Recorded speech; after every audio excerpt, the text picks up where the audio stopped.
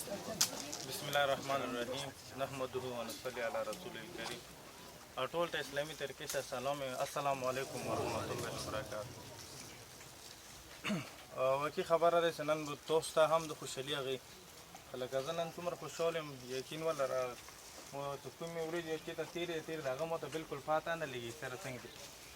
که چېرې د مو قوم د سیمو په واجب باندې دومره راټولېدلی شي او د مو قوم ته ایمو سنټرل کونو ته ایمو په واجب باندې چې ته دومره پیدې ملیدلی شي لکه دا خو 3 ورځې دي که نه خدای دې وکړي 3 کوله د الله تعالی جیل راوسته کړي ته یقین وله چې عبدالخالق باندې به دغه شی دومره هم اثار نه کوي. مشرانو تاسو ټول یا خبرې وکړو مسلمانانو مو ټول یا خبرو نن څومره مشکلات ته یقین ولره په پاکستان کې بل یوې حصې باندې دومره مشکلات نشته لکه نن مو څومره کونډې بوري ته دی یا د ما ځوان ته دی یا د ما مشر دی یا څومره کوم ځوان نسل روان دی. زه نن د هغه نسل تیاری کوم چې هغه نسل ته ما سره نن پې نشته دی.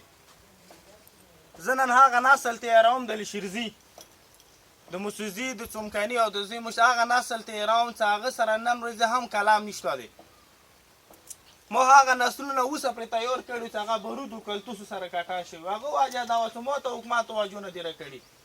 یعنې هر یو پلار غواړي هر یو بچی غواړي چې زه تعلیم یافته شوم زه د علاقې دپاره او خلکو دپاره څه وکړم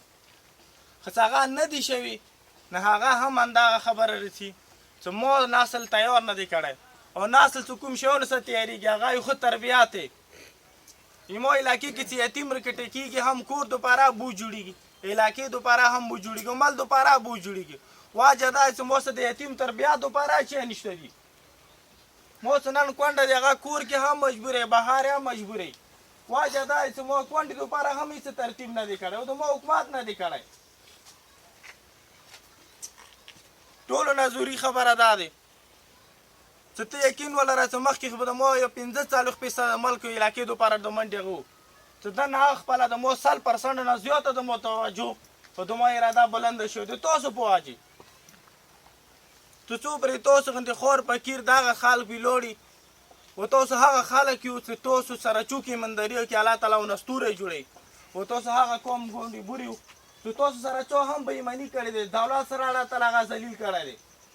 او خدای د هغه ورځ روما ولي څه پاټون باندې څه رسي هغه ورځ عبدالخالق ته داسې شی رسي نو زه تاسو ته دا سوال کوم چې الله تعالی د هغې ورځې هم مو په ځمکې نه وبستی کړي. دویمه خبره دا دی چې حکومت ته دی چې هغه دور ختم شو چې زه به ایمنې لوټ کولم هغه دور ختم شو چې زه به سنیټر لوټ کولم هغه دور ختم شو چې زه به CNW یا د مونو CPU یا تحصیلدار به زه لوټ کولم هغه دور ختم دی. نن مو ته زورات روډ دی خو غوښتونکی مې نشته دی نن زورات مو ته د سکول دی غوښتونکی مې نشته دی نن زورات مو ته اسپتال دی غوښتونکی مې نشته. زه د آرمي جنرال حضر حیات صاحب ته دا یم زه د خپل ملک هغې ادارو ته څخه ایسای دی ایمای دی فایو دی د ما ګورنمنټ دی د ما ایمنې دی زه هغو ټولو ته د درخواست کوم چې ته ما نه د آرمي دپاره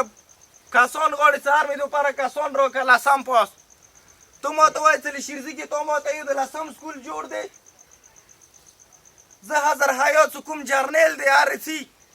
زه هغه ته دا یم